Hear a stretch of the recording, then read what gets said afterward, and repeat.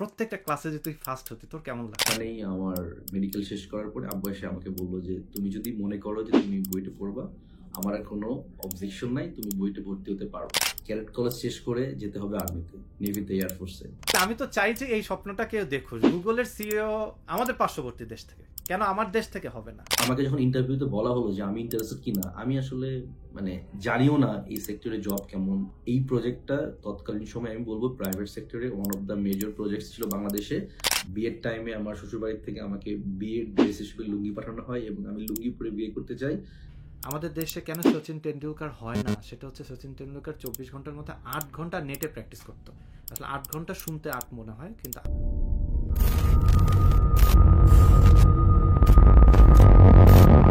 শুধু দর্শক, আসসালামু আলাইকুম। আমার পডকাস্টে আমি সচরাচর আমার বন্ধু মহল বা কাছের মানুষদের মধ্যে যারা দেশে বা বিদেশের নিজ নিজ অবস্থানে সফল বা অনুকরণীয়, কিংবা আমার দর্শকেরা ব্যক্তিগত ও প্রফেশনাল জীবনে কিছু জীবন দর্শন নিয়ে ভাবতে পারেন এমন কিছু মানুষের সাথে আলোচনা করি। ক্যারিয়ার এবং দেশ বিদেশের বিভিন্ন উল্লেখযোগ্য দিক নিয়ে আমরা তুলে ধরার চেষ্টা করি। ইউকে, ইউএসএ, অস্ট্রেলিয়া, নিউজিল্যান্ড ঘুরে আজকে আমরা এসেছি বাংলাদেশে। সেই পরিক্রমায় আজকে কথা বলবো আমার নিজ ক্যাডেট কলেজ, পাবনা ক্যাডেট কলেজের আমাদের ব্যাচের ফার্স্ট বয় আমিনের সাথে। আমিনের সম্পর্কে যদি বলতে যাই তাহলে অবশ্যই আপনাদেরকে তার সিভিটা একটু শেয়ার করতে হবে, নইলে আসলে ওর সম্পর্কে অনেক কিছুই হয়তো আমার মিস হয়ে যাবে। দর্শক, আমিন ক্যাডেট কলেজের পড়াশোনা সমাপ্ত করার পর Bangladesh university of engineering and technology থেকে সে ব্যাচেলর অফ ইঞ্জিনিয়ারিং করে এবং এরপর বর্তমানে সে executive masters of business administration করছে আইবিএ থেকে, ঢাকা ইউনিভার্সিটি। এবং সে বর্তমানে individual member, world education association of PPP unit and practitioners, individual member, project management institution, আরও বেশ কিছু আছে যেটা আপনার স্ক্রিনে দেখতে পাচ্ছেন। একই সাথে সে certified PPP professional from APMG international, certified project management professional PMP from project management institute PMI USA, Diploma in Procurement and Supply from the Chartered Institute of Procurement and Supply CIPS UK, Professional Diploma ongoing আছে, এবং Climate Resilient Infrastructure Officer CRIO from APMG International। আর আদার অনেক training তার করা আছে, এগুলো আসলে সব কিছু এক ভিডিওতে বলা সম্ভব না। ইন্ডিভিজুয়ালি আপনারা তার সাথে যোগাযোগ করে তার জীবনের বিভিন্ন দর্শন, প্রফেশনাল ক্যারিয়ার এবং অনেক কিছু নিয়ে আলোচনা করে সামনের দিকে এগোতে পারেন। আমিন যথারীতি ইংলিশ বাংলা দুটো ভাষায় দক্ষ এবং একই সাথে সে তার সিভিতে অবশ্যই উল্লেখ করেনি সে তামিল, মালায়ালাম, তেলেগু এবং কানাডা বিভিন্ন ভাষায়ও সে দক্ষ, বিকজ তার জীবনের অনেক বড় একটা অংশ জুড়ে সাউথ ইন্ডিয়ান মুভি এবং সাউথ ইন্ডিয়ান বিভিন্ন অ্যাক্টর অ্যাক্ট্রেসের সাথে তার অনেক জীবন ঘনিষ্ঠ বেশ কিছু আলাপ আছে, যেগুলো আমরা পরবর্তীতে তার সাথে গল্প করতে করতে জানবো। বর্তমানে আমিন এশিয়ান ডেভেলপমেন্ট ব্যাংকে national PPP project development coordinator হিসেবে কর্মরত আছে। এর আগে সে প্রাইম মিনিস্টার্স অফিসের পিপিপি অথরিটিতে পিপিপি স্পেশালিস্ট হিসেবে কর্মরত ছিল।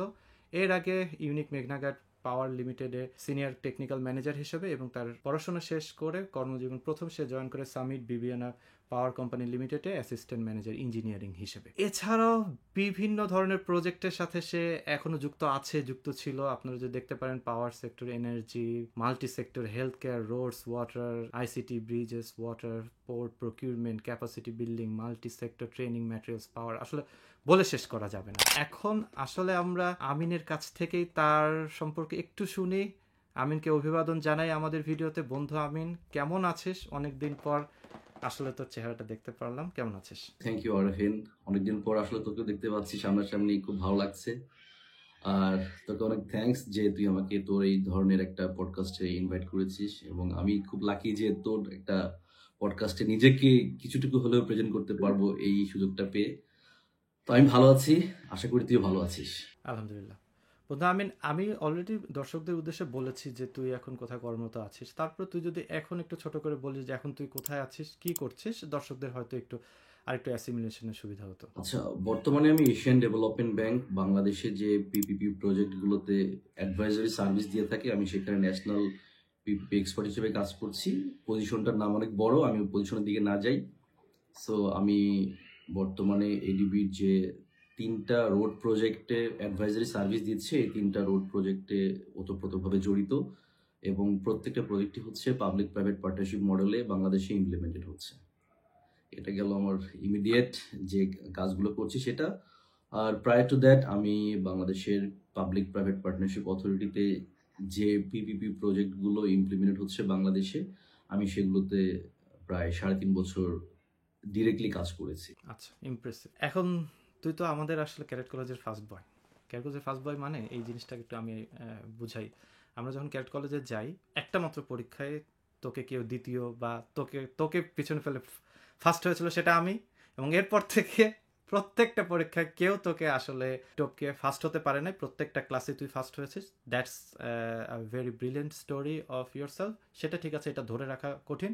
এবং একই সাথে সেটি পাশ করে কর্মজীবনেও তুই প্রত্যেকটা জায়গায় এক্সেল করেছিস। আমরা যতটুকু তোকে দেখছি, আশা করি মানুষও অনেক ইন্সপায়ার্ড হবে।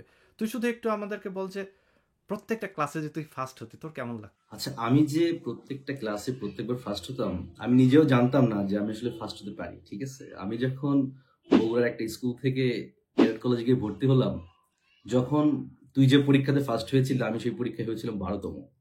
এবং আমি এই 12তম হওয়ার পরে যখন বাসায় গিয়ে সবাইকে বললাম যে আমি ক্যাডেট কলেজে গিয়ে 12তম হয়েছি, 12, এটা মানে আমাদের ফ্যামিলিতে একটা খুশির কারণ যে আমাদের ছেলে বগুড়া থেকে গিয়ে পাবনা ক্যাডেট কলেজে মানে 12তম হয়েছে। এটা একটা আমাদের আনন্দের বিষয় ছিল। আর এর পরের বার যখন আমি ফার্স্ট হলাম, মানে আই ওয়াজ সারপ্রাইজড যে কিভাবে সম্ভব এটা আমার দ্বারা যে আমি পরীক্ষায় ফার্স্ট হতে পারি। দেন এরপরে এমন একটা সময় হয়ে গেল যে ফার্স্ট হওয়া এটা কোনো ব্যাপার না, এটা আসলে হয়ে যায়, অটোমেটিক্যালি হয়ে যায়।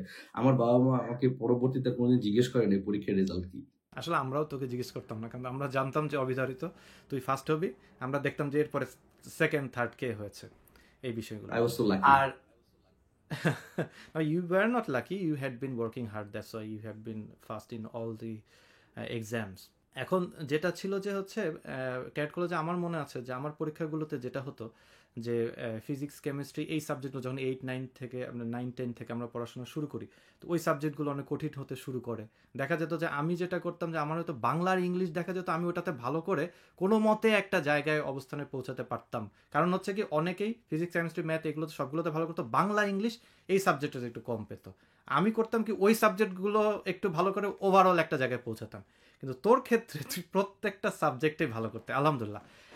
এখন তুই আমাদেরকে বল যে হচ্ছে তোর ওই সময়টাতে, ধর ক্লাস 7, 8, 9 দেখলি যে হ্যাঁ তুই ক্রমাগতভাবে পরীক্ষায় ফার্স্ট হচ্ছিস বা তুই ভালো করছিস সম্ভাবনাময়, তোর স্বপ্নটা কেমন ছিল যে কি হবে ভবিষ্যতে বা কি করার ইচ্ছা ছিল তখন? আমি আসলে ছোটবেলা থেকে জানতাম যে ক্যাডেট কলেজে পড়লে আর্মি অফিসার হওয়া যায়, আর্মিতে জয়েন করা খুব ইজি হয়ে যায়। সো ছোটবেলা থেকে এই ইন্টেনশন নিয়ে বড় হয়েছি যে কোনো না কোনোভাবে হোক আর্মিতে জয়েন করতে হবে। এবং আমি যখন ক্যাডেট কলেজে চান্স পাই, আমার এলাকাতে আশেপাশে আসলে ক্যাডেট কেউ ছিল না। তো সবারও একটা এক্সপেকটেশন আমার প্রতি ছিল যে ঠিক আছে, আমিনও হয়তো বা আর্মিতে জয়েন করবে এবং আমরা এটাই চাই। সো এই এক্সপেকটেশন নিয়ে আসলে ক্যাডেট কলেজে যাওয়া, পড়া এবং আলটিমেটলি এই টার্গেট নিয়ে আমি সবসময় মানে পড়াশোনা করছি বা আগাইছি যে যে করে হোক না কেন আর্মিতে আমাকে যেতেই হবে। এটা আর্মি না হলে হয়তো বা এয়ারফোর্স বা নেভি হতে পারে, বাট ডিফেন্সে কোনো একটা জায়গাতে আমাকে যেতেই হবে। এটাই ছিল হচ্ছে লাইফের আমাদের টার্গেট।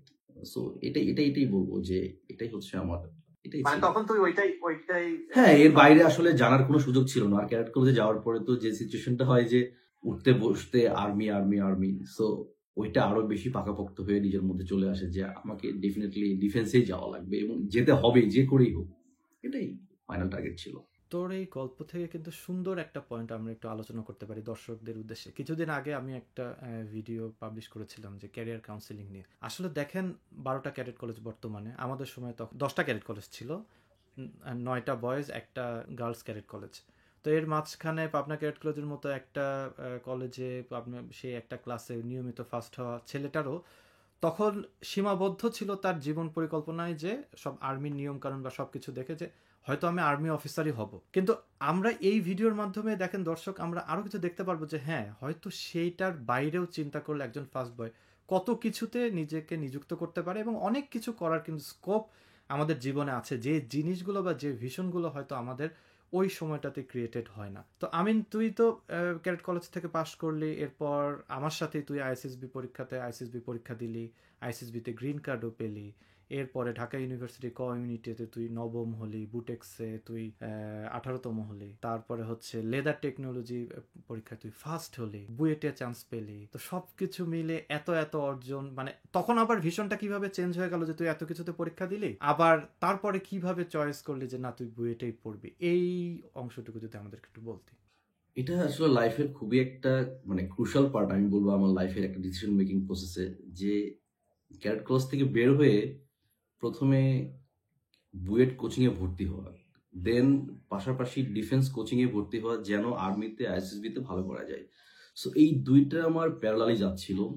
তো প্যারালাল চলতে চলতে যখন আর্মির পরীক্ষাটা সবার আগে হলো, আমার আইএসএসবিটা আগে হলো এবং আলহামদুলিল্লাহ যে আমি গ্রিন কার্ড পেলাম, তো তখন তো আমার মধ্যে একটা জিনিস চলে আসলো যে লাইফের যে এইম ইন লাইফ ছিল, টার্গেট ছিল, সেটা তো আমার ফুলফিল হয়ে গেছে। সো এখন আমি কি করতে পারি? এখন কি করতে পারি, সামনে হচ্ছে আমার বুয়েটের ভর্তি পরীক্ষা, আমি এক কাজ করতে পারি, বুয়েটের ভর্তি পরীক্ষা দিতে পারি। আর আর্মির যেহেতু তখনও মেডিকেলটা বাকি ছিল, সো আমি শিওর ছিলাম না গ্রিন কার্ড পাওয়ার পরেও যে মেডিকেলের যদি কোনো গ্রাউন্ডে বাদ পড়ে যায় তখন কি হবে। সো আমি আমার বুয়েটের কোচিংটা কন্টিনিউ করতে লাগলাম। তো সেই ধারাবাহিকতায় দেখা গেল যে ঢাকা ভার্সিটিতে ভর্তি পরীক্ষা দেয়া, বুটেক্সে পরীক্ষা দেয়া, আশেপাশে যে সকল ইউনিভার্সিটি ছিল সেখানে পরীক্ষা দেয়া, ইভেন আমি মেরিনেও পরীক্ষা দিই। দেন বুয়েটে পরীক্ষা হয় এবং এই বুয়েটের পরীক্ষাটা হয় হচ্ছে আর্মিতে মেডিকেল যখন টেস্টগুলো চলছিল ওই টাইমের মধ্যেই। সো একদিন ছুটি নিয়ে আমরা হচ্ছে বুয়েটের পরীক্ষা দিই। ফাইনালি যখন বুয়েটের রেজাল্ট আসলো, যাই হোক আলহামদুলিল্লাহ একটা ভালো সাবজেক্ট পাওয়ার মতো পজিশন হোল্ড করলাম। তখন চিন্তা করলাম যে আর্মিতে যাব নাকি আমি বুয়েটে ভর্তি হব। ফ্যামিলিতে কথা বলি, ফ্যামিলির সবার কথা হচ্ছে একটাই, আর্মিতেই যাওয়া লাগবে। এলাকাতে যাদেরকে জিজ্ঞেস করি সবাই মানে তারা তো বুয়েট শুনতেই পারে না, তাদের কথা হচ্ছে না আর্মিতেই যেতে হবে। আত্মীয় স্বজন সবাই ছোটবেলা থেকে জেনে আসছে ক্যাডেট কলেজে পড়ে, সো তো আর্মিতেই যাবে। সিনিয়রদেরকে কল দেওয়া শুরু করলাম। বেশ কিছু বড় ভাই ছিলেন, এর মধ্যে আমাদের মাহাদি ভাই ছিলেন অন্যতম। মাহাদি ভাইকে যখন ফোন করলাম তখন মাহাদি ভাই বলল যে আমিন এখনো সময় আছে, একটু চিন্তা করে দেখো, আর্মিতে তো তুমি চান্স পাইছো, যেতেই পারো, বাট তুমি কিন্তু মানে যাওয়ার ইচ্ছা থাকলে বুয়েটের গ্রাজুয়েশনটা কমপ্লিট করে পরেও যেতে পারবো। সো হোয়াই নট তুমি এই সুযোগটাকে কাজে লাগাও। তো এরপরে আমি আরো বেশ কিছু বুয়েটের ভাইয়ের সাথে কথা বললাম। এর আগে কাউকে বুয়েটে চিনতাম না। তো ওই চান্স পাওয়ার পরে যখন কথা বলা শুরু করলাম সবার একই কথা যে এত একটা কম্পিটিশন পার করে বুয়েটে ভর্তির সুযোগ পাইছো, তো তুমি ভর্তি হও এবং তুমি হয়তোবা প্রথম দিকে সাবজেক্ট পাবা, নিজের চয়েস মতো যে সাবজেক্টটা দিবা সেটাই পাবা। তো এটা নিয়ে আমি আমার বাবার সাথে বসলাম। তো উনি আসলে চাচ্ছিলেন না যে আমি ভর্তি হই। তো যাই হোক বুয়েটেও একটা মেডিকেল হয়। ওই দিনে আমি আমার বাবাকে নিয়ে বুয়েটে যাই। সো আমি আমার মেডিকেলটা কমপ্লিট করি। উনি বুয়েটের ওয়েটিং ওয়েটিং রুম না, ওখানে যে গাছগুলো ছিল, গাছের নিচে বসার ব্যবস্থা ছিল, ওখানে অন্যান্য প্যারেন্টসদের সাথে তার ইন্টারাকশন হয় এবং সেখান থেকে সে জানতে পারে যে আসলে মানে বুয়েট আর্মি কোনোটাই কম না, যে কোনো একটা জায়গাতেই মানে পড়লেই লাইফে শাইন করা সম্ভব। এবং ওখানেই আমার মেডিকেল শেষ করার পরে আব্বু এসে আমাকে বললো যে তুমি যদি মনে করো যে তুমি বুয়েটে পড়বা, আমার আর কোনো অবজেকশন নাই, তুমি বুয়েটে ভর্তি হতে পারো।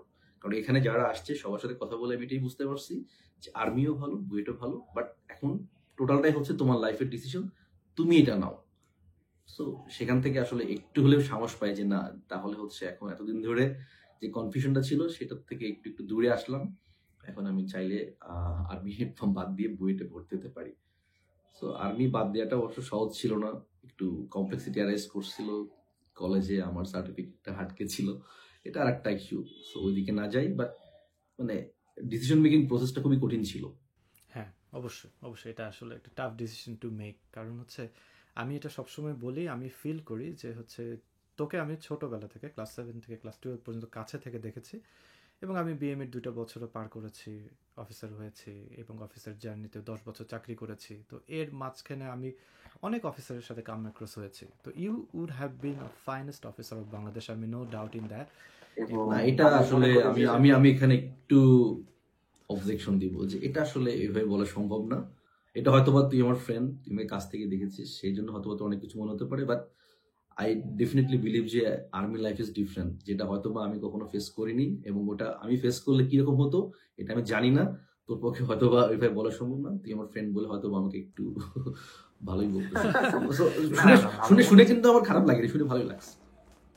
হ্যাঁ হ্যাঁ, শুনে তো ভালো লাগবে। কারণ না, আমি তো তোকে 6 বছর দেখেছি কাছ থেকে, আমি তো অন্যান্য বন্ধুদেরকেও দেখেছি, তারপর আর্মির কলিগদেরকে বা কোর্সমেটদেরকেও দেখেছি। এটা আসলে তোকে একটা উচ্চতায় নিয়ে যাওয়ার কিছু নাই, এটা তুই ডিজার্ভ করিস। এবং আমি মনে করি যে হচ্ছে যে জিনিসগুলো আসলে আর্মিতে প্রয়োজন বা চাই, সেটা তুই 6 বছরে already you had been the college prefect of our batch. তো and you had been one of the finest college prefects in amongst all the contemporary batches. So আসলে জিনিসগুলো এরকম যে আসলে এটা বোঝা যায়, আমরা ফোর্সই করতে পারি। লাইফ তোকে আসলে তোর লাইফে দেখ, তুই আলহামদুলিল্লাহ আমরা সবাই বলতে পারি তুই সফল। তোর লাইফটাকে তুই গড়ে নিয়েছিস তোর মতো করে, ওটাতে আসলে আমাদের রিগ্রেটও করার কিছু নাই বা ওগুলো কিছু না, জাস্ট একটা হ্যাঁ, আনন্দ তবে এবং এটা আমার একটা ফিলিং। এটা সত্য যে মানে I consider myself a successful person in the career. আমি আমার ক্যারিয়ারটাকে যেভাবে চাইছি সেভাবে আমি নিজে বিল্ড আপ করছি এবং আমি যেভাবে চাচ্ছি সেভাবে নিয়ে আগাচ্ছি। সো এদিক থেকে আমি বলবো যে আমি আমার ক্যারিয়ার নিয়ে I am happy, satisfied and I consider myself successful. আলহামদুলিল্লাহ। এবং তুই তো কনসিডার করিস এটা, এবং মানুষ এটাকে হচ্ছে ভ্যালু করে, এটা হচ্ছে সবচেয়ে বড় কথা, এবং মানুষ এটাকে রিকগনাইজ করে।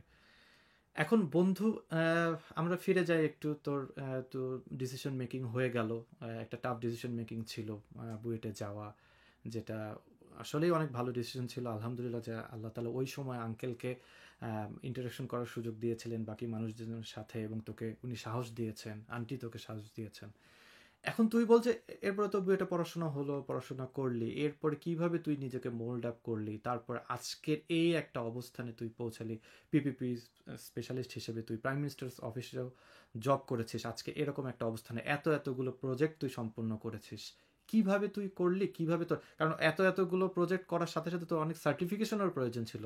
এখন জব এবং এইসব ফ্যামিলি লাইফ বল, সব কিছু ম্যানেজ করে কিভাবে তুই করলি এগুলো? এটাও এটাও একটা মানে বড় কাহিনী আসলে। এটা একদিনে এভাবেই হুট করে বলা সম্ভব না যে একটা ক্যারিয়ার কিভাবে দিনে দিনে তিলে তিলে গড়ে ওঠে। তো যখন আমার বুয়েটে পড়াশোনার তো অবস্থা, তখন তো আমরা সবসময় শুনে আসতাম, ক্যাডেট কলেজে শুনতাম যে ক্যাডেট কলেজ শেষ করে যেতে হবে আর্মিতে, ডিফেন্সে, নেভিতে, এয়ারফোর্সে। আর বুয়েটে যাওয়ার পরে যে জিনিসটা শুনতাম সেটা হচ্ছে যে বুয়েটে থাকা অবস্থাতে জিআরই কমপ্লিট করতে হবে, আইএলটিএস কমপ্লিট করতে হবে, বিকজ আমাদের আলটিমেট টার্গেট হচ্ছে আমাদের দেশের বাইরে মাস্টার্স করতে হবে, পিএইচডি করতে হবে, দেশের বাইরে চলে যেতে হবে। এবং মোস্ট অফ দ্য কেসেস সিনারিওটা সেটাই, যে সবাই পড়াশোনা করে দেশের বাইরে চলে যায়। আমি আমার রুমমেটদেরকে দেখতাম, তারা কম্পিউটার সায়েন্সে ছিল, তারা সবাই হচ্ছে আগে থেকে প্রিপারেশন নিচ্ছে যে কবে তারা বিদেশ যাবে, আদৌ তারা দেশে চাকরি করবে কি করবে না, তারা কোন ইউনিভার্সিটিতে যাবে, তার ইউনিভার্সিটির নাম, ইউনিভার্সিটির প্রফেসরের কন্ট্যাক্ট নাম্বার সবকিছু কালেক্ট করা শুরু করলো ইউনিভার্সিটিতে থাকা অবস্থাতেই। আমি সামহাও এইটাতে করতে পারিনি, কনসেন্ট্রেট করতে পারিনি। তো যখন বুয়েটের গ্রাজুয়েশনটা হয়ে গেল, ইমিডিয়েটলি একটা প্রজেক্ট থেকে আমার অফার আসলো এবং আমাকে বলা হলো যে এইটা বাংলাদেশে one of the largest project considering private investment, এবং পাওয়ার সেক্টরে তখন বাংলাদেশে মাত্র বুমিং অবস্থা, ইনিশিয়েশনগুলো বুমিং হচ্ছে। সো তখন আমাকে যখন ইন্টারভিউতে বলা হলো যে আমি ইন্টারেস্টেড কিনা, আমি আসলে মানে জানিও না এই সেক্টরে জব কেমন, প্রসপেক্ট কেমন, কিন্তু আমার কাছে মনে হলো যে বাংলাদেশে এত বড় একটা প্রজেক্ট ইমপ্লিমেন্টেড হচ্ছে, যদি এই প্রজেক্টে নিজেকে ইনভলভ করা যায় হয়তোবা আমি কিছু ভালো কিছু শিখতে পারবো। সেই সেন্স থেকে আমাকে যে বেতন অফার করা হয় আমি উইদাউট এনি নেগোসিয়েশন সেই বেতনে জয়েন করে ফেলি। এবং আমি বলবো যে এটা হচ্ছে আমার আরেকটা ডিসিশনের ব্রেক থ্রু পয়েন্ট, যে আমি এত কম বেতনেও সেখানে জয়েন করি। এবং এই প্রজেক্টটা তৎকালীন সময় আমি বলবো প্রাইভেট সেক্টরে one of the major project ছিল বাংলাদেশে, প্রায় $300 মিলিয়ন প্রজেক্ট। আমি তখন মিলিয়ন ডলার বুঝতাম না যে কেন এই প্রজেক্টের কস্টিংটাকে মিলিয়ন ডলারে বলা হয়। সেই প্রজেক্টে যখন আমি ইনভলভ হলাম, প্রথম দিন যখন সাইট ভিজিটে যাই, দেখা যায় যে এই প্রজেক্টের মাত্র ল্যান্ড ডেভেলপমেন্ট চলে, একটা নদীর চরে ল্যান্ড ডেভেলপমেন্ট হচ্ছে। সেখান থেকে আমি প্রজেক্টে 4.5 বছর কাজ করি, project management, project financing, procurement, contract management, stakeholder থাকে বিভিন্ন পার্টি, এদের সাথে কমিউনিকেশন করা, লাইসেন্সিং, মানে একটা প্রজেক্টে আসলে ডিজাইন ফেজ থেকে শুরু করে ইমপ্লিমেন্টেশনের যতগুলো স্টেজ থাকে প্রত্যেকটা স্টেজে নিজেকে ইনভলভ রাখা, এবং এখান থেকে লার্নিং এর যে একটা বিশাল অপরচুনিটি, বিদেশি কন্ট্রাক্টর, ডিজাইনার, কনসালটেন্টের সাথে কাজ করার যে এক্সপিরিয়েন্স, এটা এখান থেকে পাই। এবং এই প্রজেক্টটা আমি থাকা অবস্থাতেই 4.5 বছরের মধ্যে কনস্ট্রাকশন, ডিজাইন, অপারেশন সবকিছু দেখে ফেলি। তখন আমার কাছে মনে হয় যে আমার ওই পয়েন্টে যখন গ্রাজুয়েশন শেষ করে এখানে জয়েন করি, ওই পয়েন্টে যে আমি ডিসিশন নিয়েছিলাম যে এই প্রজেক্টে কাজ করব, এটা আসলে একটা মেজর আরেকটা ডিসিশন মেকিং ছিল। সো ওইটা থেকে বলবো যে আমি প্রচুর শিখতে পারি। তখন আমার মনে হয় যে যদি ফার্দার কোনো কাজ করি, আরেকটা প্রজেক্টে কাজ করব, এবং এই প্রজেক্ট শেষ করার পরে আবার তার চেয়ে বড় প্রায় $500 মিলিয়ন একটা প্রজেক্টে নিজের কাজ করা শুরু করি, এবং সেই প্রজেক্টেরও কনস্ট্রাকশন পর্যন্ত আমি কাজ করি। সো বেসিক্যালি ওই যদি আমি প্রজেক্টে কম বেতনে জয়েন না করতাম, তাহলে হয়তো বা আমি ওই $300 মিলিয়ন প্রজেক্টে কোনোদিন কাজ করা সম্ভব হতো না। $300 মিলিয়ন কাজ শেষ করে 500-এ প্রবেশ করা হতো না। এবং এরপরে আমি শুরু করি হচ্ছে কিছু সার্টিফিকেশন, এবং একটা সময় কি আমার মনে হলো যে ইনভেস্ট ইন ইয়োরসেলফ, মানে আমি আমার ইনকামের বলতে গেলে 25-35% আমি আমার নিজের প্রতি রিইনভেস্ট করা শুরু করলাম। যে যে সার্টিফিকেশনগুলো করতে হবে, এর জন্য ট্রেনিং করতে হবে, ট্রেনিং করার জন্য যদি আমাকে আলাদা এক্সাম দিতে হয়, এক্সাম ফি জোগাড় করতে হবে, এইটার জন্য যদি আমার বাইরে ট্রেনিং করতে হয়, বাইরে যেতে হবে। সো আমি আসলে তখন নেটওয়ার্কিং করা শুরু করলাম যে কোথায় গেলে এই ট্রেনিংগুলো পাওয়া যায়, কোথায় গেলে ইফেক্টিভ সার্টিফিকেশন পাওয়া যায়, যেগুলো আমার ক্যারিয়ারকে আরো এক ধাপ আগে নিয়ে যাবে। এই সেন্স থেকে আমি বেশ কিছু সার্টিফিকেশন কমপ্লিট করি। এর মধ্যে একটা সার্টিফিকেশন ছিল হচ্ছে পিপিপি রিলেটেড সার্টিফিকেশন, এবং এই সার্টিফিকেশন করার পরে আমি বুঝতে পারি যে আমি গত যে 2টা প্রজেক্টে 7.5 বছর বা 8 বছর কাজ করলাম, এটা আসলে এই সার্টিফিকেশনেরই একটা প্রিপারেশন ফেজ ছিল। তখন তৎকালীন প্রধানমন্ত্রী কার্যালয়ের আন্ডারে যে পিপিপি অথরিটি, তাদের একটা অ্যাডভার্টাইজমেন্ট ছিল যে পিপিপি স্পেশালিস্ট হিসেবে তারা একজনকে এনগেজ করতে চায় যার প্রজেক্ট এক্সপিরিয়েন্স আছে। এবং আমি মনে করি এখানে অনেক সিনিয়র সিনিয়র লোকদেরকে আমি পিছনে ফেলে ওই সার্টিফিকেশনের বলে ওখানে কনসালটেন্ট হিসেবে আমি পিপিপি স্পেশালিস্ট হিসেবে যোগদান করি। ওখানে শেষ করার পরে এডিবির যে সার্কুলারটা ছিল, সেখানে আমি আবার অ্যাপ্লাই করলে এডিবি আমাকে তখন একবারে নিয়ে নেয়। সো এখন এডিবির সাথে কাজ করছি। আসলে এইভাবেই ক্যারিয়ারটা আসলে ওই প্রজেক্টের কাজ থেকে শুরু করে আজকে পাবলিক প্রাইভেট পার্টনারশিপ স্পেশালিস্ট হিসেবে নিজেকে একটা পজিশনে নিয়ে আসতে পারছি, এবং এর জন্য আমাকে 13টা বছর সেম জার্নিটা করতে হয়েছে এবং সেম বোর্ডে থাকতে হয়েছে। ওয়াও, একটা মাইন্ড ব্লোয়িং স্টোরি শুনলাম। আসলে দেখ, তোর গল্প থেকে যদি কিছু জিস্ট নেই, তাহলে দেখ রিইনভেস্টমেন্টের যে বিষয়টা তুই আমাদেরকে বললি, হ্যাঁ, মানে আমরা আসলে আমাদের নিজেদেরকে প্রথমত জানি না, চিনি না, নিজেদের সক্ষমতা সম্পর্কে কাজ করতে জানি না, এবং একই সাথে নিজেদের সক্ষমতার সাথে সাথে নিজেদের আরও কোন আঙ্গিকগুলোকে পরিবর্তন করা দরকার বা ওগুলোকে একটু শানিত করা দরকার, এই জিনিসগুলো আমরা আসলে অনেক বছর পর্যন্ত বুঝে উঠতে পারি না। এবং আমরা কিন্তু মনে করি যে পড়াশোনা একটা পর্যায় পর্যন্ত হলেই শেষ। আবার দেখা যাচ্ছে যে পড়াশোনা একটা যেটা প্রয়োজন নাই, ওই পড়াশোনাটা আমরা সার্টিফিকেশনের পর সার্টিফিকেশন, ডিগ্রির পর ডিগ্রি নিয়ে যাচ্ছি, যেটা হয়তো আমাকে তেমন কোনো ইফেক্টিভ সাফল্য এনে দিতে পারছে না।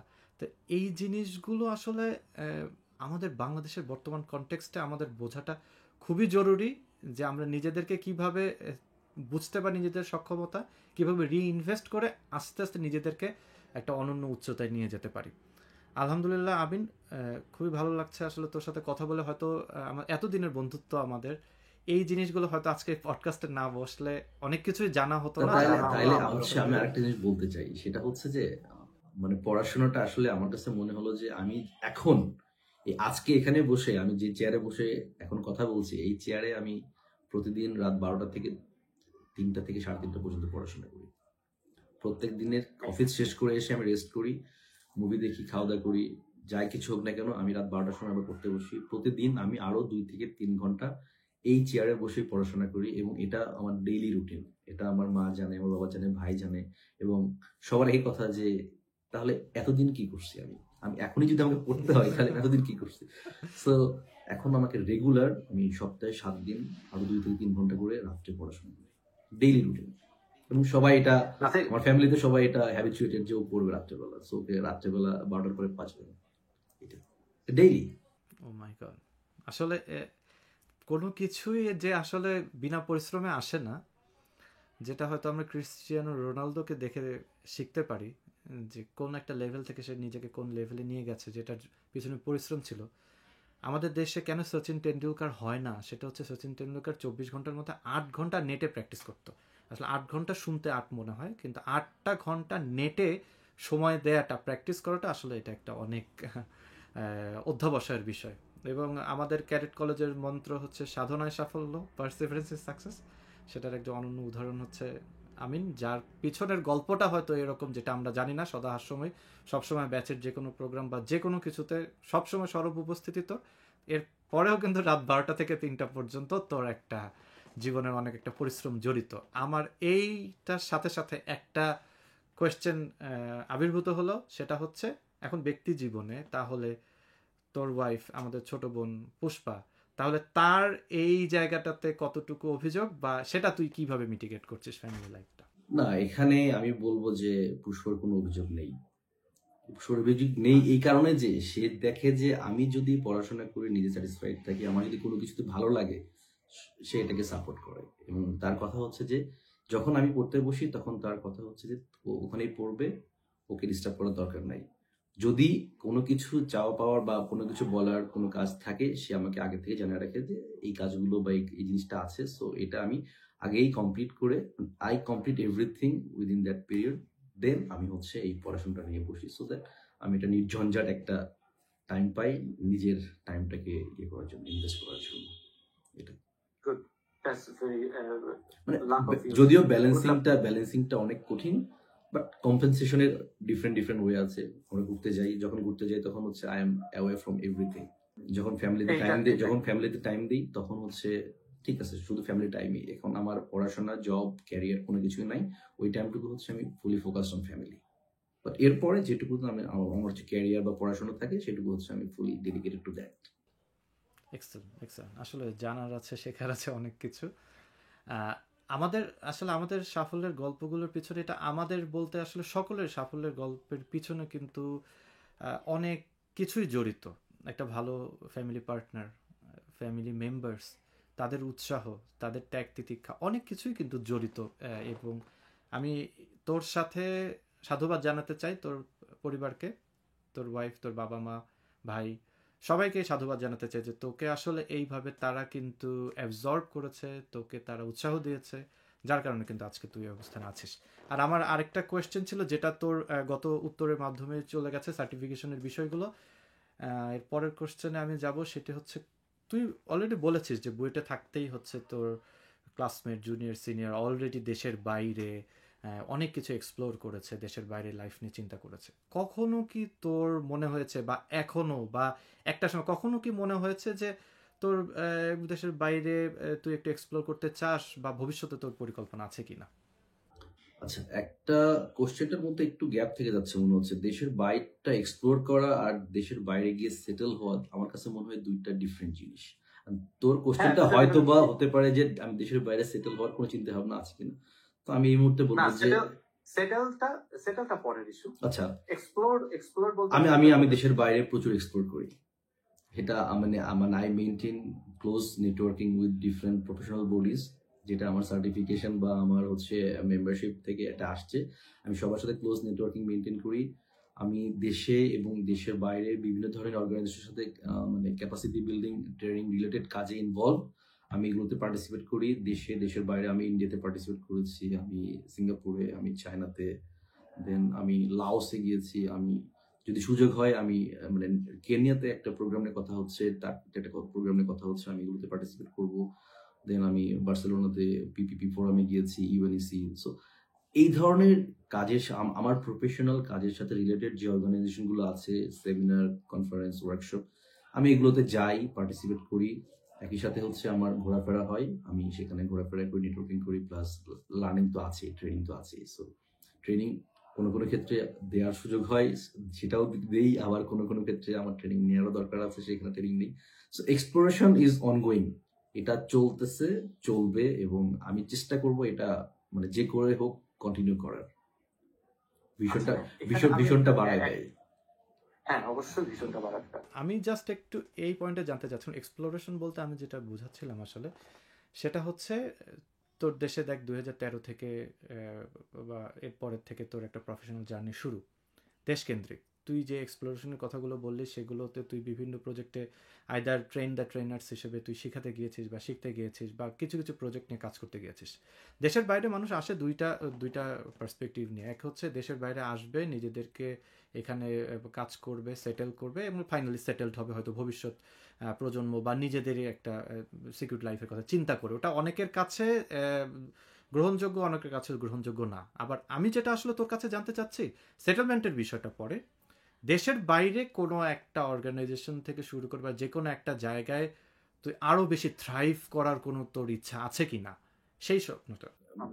যদি এই সেন্স থেকে বলি, আমি এখন যে অর্গানাইজেশন কাজ করি এটা তো একটা মাল্টিলেভেল অর্গানাইজেশন, এটা একটা ইন্টারন্যাশনাল অর্গানাইজেশন। সো এখানেই আমি হয়তো বা ইন ফিউচার অন্যান্য দেশে অন্যান্য মানে ইন্ডাস্ট্রি বা অন্যান্য এনভায়রনমেন্টে কাজ করার সুযোগ পাবো। আমি এই আশাটা নিয়ে আসলে বেসিক্যালি এই এডিবিতে জয়েন করা। সো এই সেন্স থেকে বলতে গেলে আমার এই সুযোগটা আছে এবং আমি এটাতে ইন্টারেস্টেড, যাতে হচ্ছে আমি I can compare the environment of Bangladesh with others. আমি আমি অন্য অর্গানাইজেশন থেকে কাজ শিখে এসে বা এই অর্গানাইজেশনের মাধ্যমে কাজ শিখে এসে বাংলাদেশে যারা ইমপ্লিমেন্ট করতে পারি। এবং বাংলাদেশে আসলে মাত্র মানে এই ইনফ্রাস্ট্রাকচার সেক্টরটা গ্রোয়িং সেক্টর এবং প্রজেক্টগুলো খুব মেগা প্রজেক্টগুলো শুরু হচ্ছে। তো সো এখানে প্রচুর মানে কন্ট্রিবিউট করার সুযোগ এবং মানে অপরচুনিটি দুটাই আছে। সো আমি এই সেন্স থেকেই কাজ করে যাচ্ছি, দেখা যাক কতখানি আমি বাইরের নলেজগুলো নিয়ে এসে নিজের দেশে ইমপ্লিমেন্ট করতে পারি।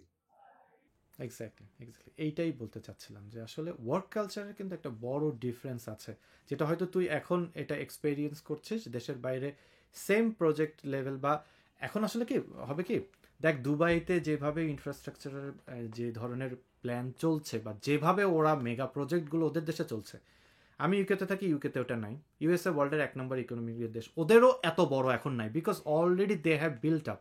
বা ইউকে বা ইউরোপের অনেক দেশগুলো ওইভাবে আর চিন্তা করে না। 1600-1700 শতকে ওদের যে ইনফ্রাস্ট্রাকচারের একটা বিল্ড আপ হয়ে গেছে, এরপরে ওগুলো ভেঙে ওরা আবার এগুলো করতে চায় না। ওয়ারেস যেখানে মনে কর দুবাইয়ের মতো দেশ বা বাংলাদেশ মনে কর যে এগুলোর অনেক স্কোপ আছে, যেখানে অনেক এই ধরনের অনেক প্রজেক্টগুলো চলে।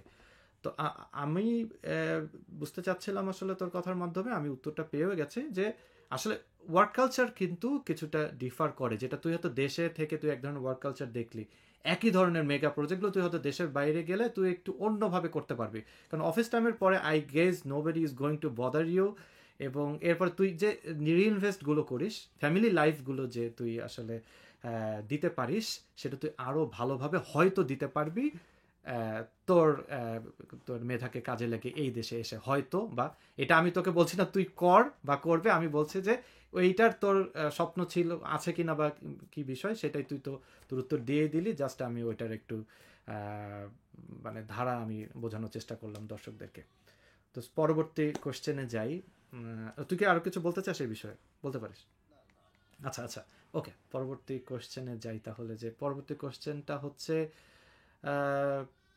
এখন বুঝলাম যে তুই রিইনভেস্ট এখনো করে যাচ্ছিস, এখনো তুই মনে করছিস যে তুই মোটামুটি এক অবস্থানে পৌঁছেছিস, নাকি তোর চিন্তা কি আর কত দূর তুই এগোতে চাস, বা ভবিষ্যৎ স্বপ্নটা কি তোর? ভবিষ্যৎ স্বপ্ন হচ্ছে বাংলাদেশে, মানে তুই কোন জায়গায় তোর নিজেকে দেখতে চাস আগামী 5 এইভাবে বলতে গেলে তো আমি বলতে চাই যে আমি একদিন এডিবির আমি কোন একটা দেশের কান্ট্রি ডিরেক্টর হতে চাই, বা আমি ওয়ার্ল্ড ব্যাংকের কোন একটা উইং এর চিফ হতে চাই। সো এক্স্যাক্টলি না এক্স্যাক্টলি আমি তো চাই যে এই স্বপ্নটা কেউ দেখুস। গুগলের সিইও আমাদের পার্শ্ববর্তী দেশ থেকে, কেন আমার দেশ থেকে হবে না? কেন আমার দেশের ছেলেরা এই স্বপ্নটা দেখবে না? কেন তোর মতো মাথা, হ্যাঁ অনেকের সীমাবদ্ধতা থাকে, অনেকে ওইটা হয়তো পারবে না, তুই পারবি। তুই স্বপ্ন দেখ, তুই স্বপ্ন দেখবি, তুই স্বপ্ন আমি ডেফিনেটলি স্বপ্ন দেখি, আমি ডেফিনেটলি স্বপ্ন দেখি কোন একদিন আমি একটা ওয়ার্ল্ড ব্যাংকের অনেকগুলো উইং আছে, কোন একটা চিফ হয়ে যাব, কিংবা কোন একটা ইউএন অর্গানাইজেশনের হেড হবো, আমি কোন একটা কান্ট্রির হেড হিসেবে আমি এডিবি থেকে আমি সেখানে গিয়ে কাজ করবো। সো আমার টার্গেট হচ্ছে এটাই। Exactly, good. That's what I expected to hear.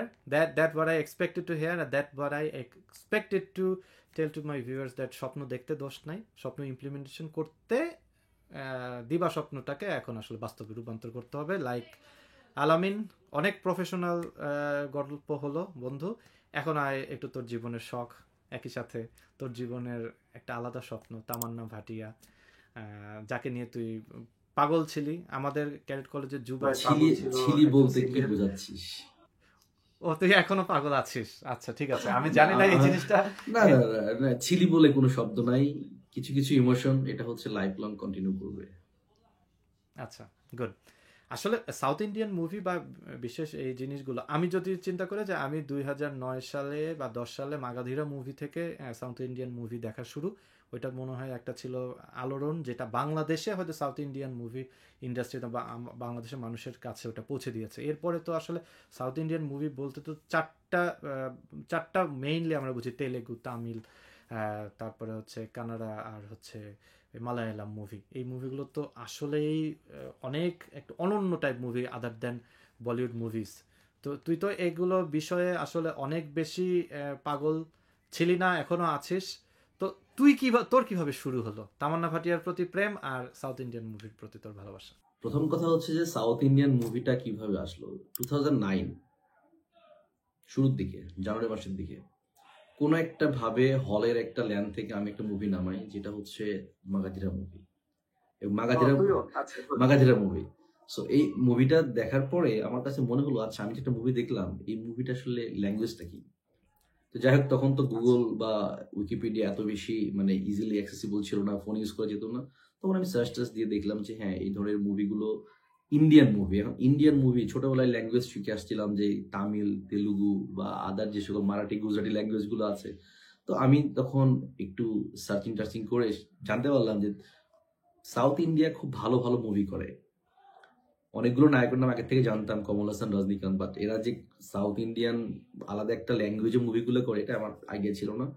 তখন থেকে মহেশ বাবুর ফ্যান হয়ে যাই। মহেশ বাবুর মুভি দেখার জন্য তখন হচ্ছে আমি সবগুলো মুভি যেভাবে হোক না কেন ল্যান্ড থেকে ডাউনলোড করি, এবং ল্যান্ড থেকে ডাউনলোড করে দেখতে দেখতে একটা সময় আমি একটা মুভি পাই, নাম হচ্ছে আয়ান। সূর্যের সাথে একটা নায়িকার মুভি। মুভিটা খুব ভালো লাগে, নায়িকাটা খুব পছন্দ হয়। সার্চ দিয়ে দেখলাম যে নায়িকার নাম তামান্না ভাটিয়া। সো তামান্না ভাটিয়া তখন ওই মুহূর্তে প্রায় 26 থেকে 27টা মুভি রিলিজ পাওয়া ছিল। আমি সবগুলো মুভি ডাউনলোড করি এবং সবগুলো মুভি দেখি, এবং I became A fan. Now that is continuing.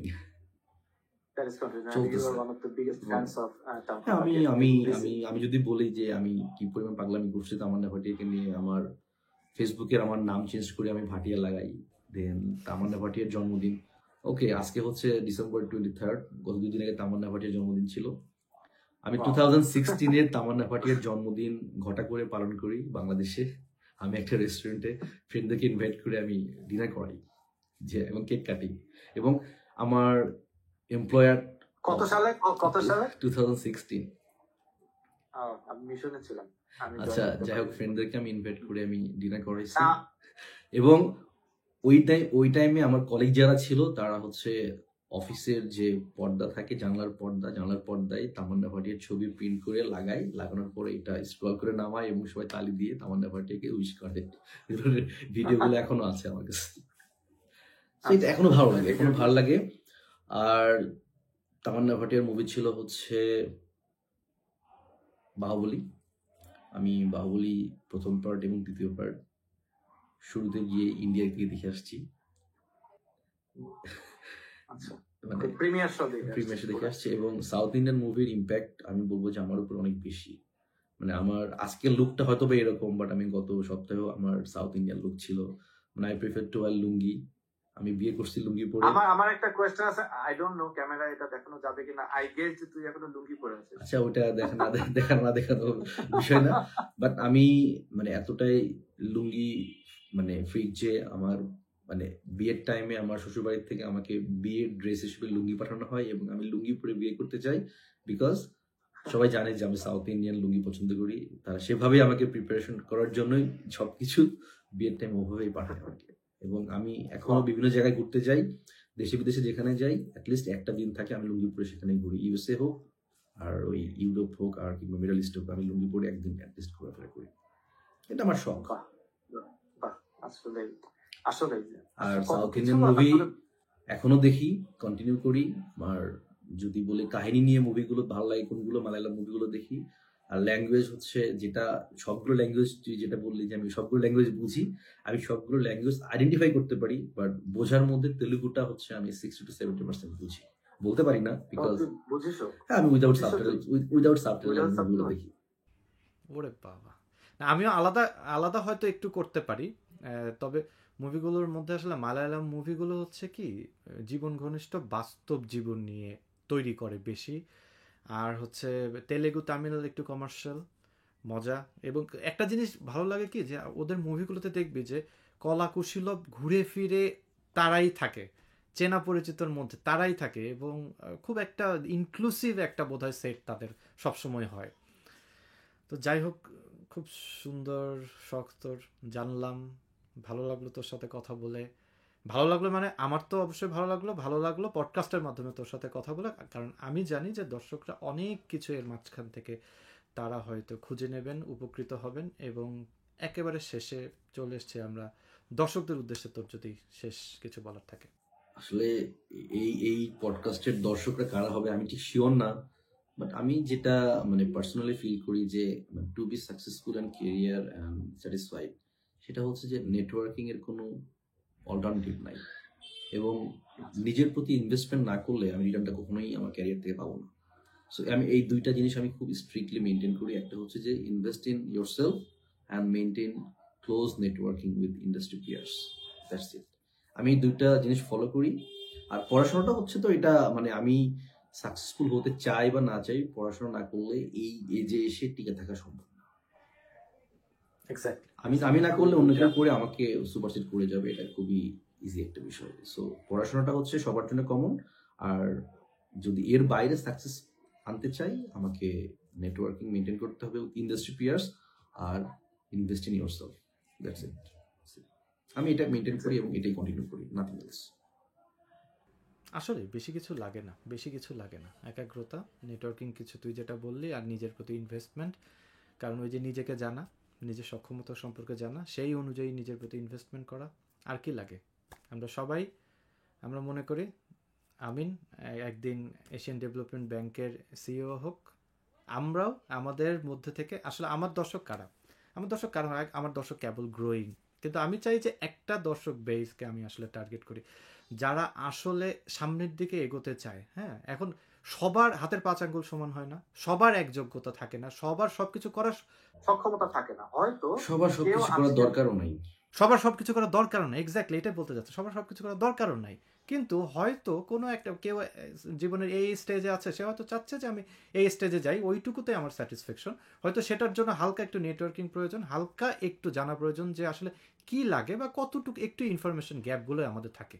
যদিও এখন আসলে এআই এর যুগ, যদিও এখন হচ্ছে ইন্টারনেট নেটওয়ার্কের যুগ, তারপরেও হচ্ছে হালকা ইনফরমেশন গ্যাপ, যেটা হয়তো ওই যে তুই বললি যে সিনিয়র পিয়ার্স বা সিনিয়র যারা আছেন বা জুনিয়র হোক বা যে কোনো কেউ একটা ভালো অবস্থানে আছেন, তাদের কাছ থেকে হালকা একটু টোটকা, হালকা কিছু টিপসই হয়তো অনেক কিছু হেল্প করতে পারে আমাদেরকে।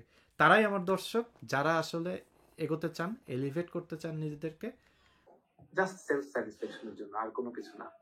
ধন্যবাদ আমিন, অনেক তোর ব্যস্ত সময়ের মাঝখানে না তোর না না, ধন্যবাদ আসলে ইনভেস্টমেন্ট তোকে, একটা যেমন তুই সময়। যে আমাকে একটা পটেনশিয়াল মানে পডকাস্ট হিসেবে সিলেক্ট করছিস, মানে আমি নিজেই ধন্য আসলে যে তোর না না, প্রোগ্রামে আসতে আমি পারি। আমি ওইটা অনেক আর আগে, মানে অনেক আমি আগে উইশ থেকে করি যে বলছি। তোর এই ধরনের মানে ইনিশিয়েটিভটা আরো গ্রো করুক এবং তোর ফ্যান বেস বাড়ুক, এবং তুই এটাতে তোর যে টার্গেট নিয়ে তুই এই পডকাস্ট গুলো করছিস সেটা তুই সাকসেস আনতে পারিস।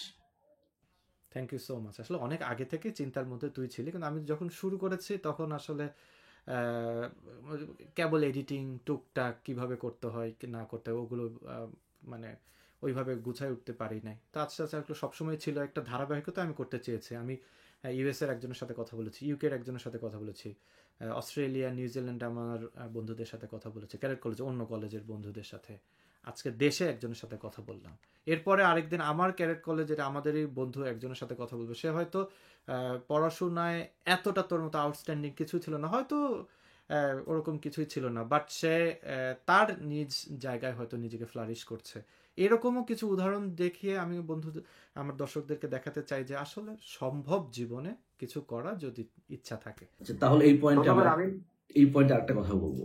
একটা সময় কি হ্যাঁ, কি পড়াশোনায় কি ছিল কি না ছিল, এটা একটা হয়তো ওই টাইমের ফ্যাক্টর ছিল, কিন্তু মানে লাইফে আমরা যে স্টেজে চলে আসছি, এই স্টেজে এসে ওই টাইমের পড়াশোনাটা আসলে আর কোনো ফ্যাক্টর না।